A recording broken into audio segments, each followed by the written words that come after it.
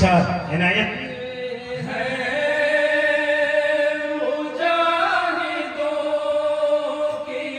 अल्लाह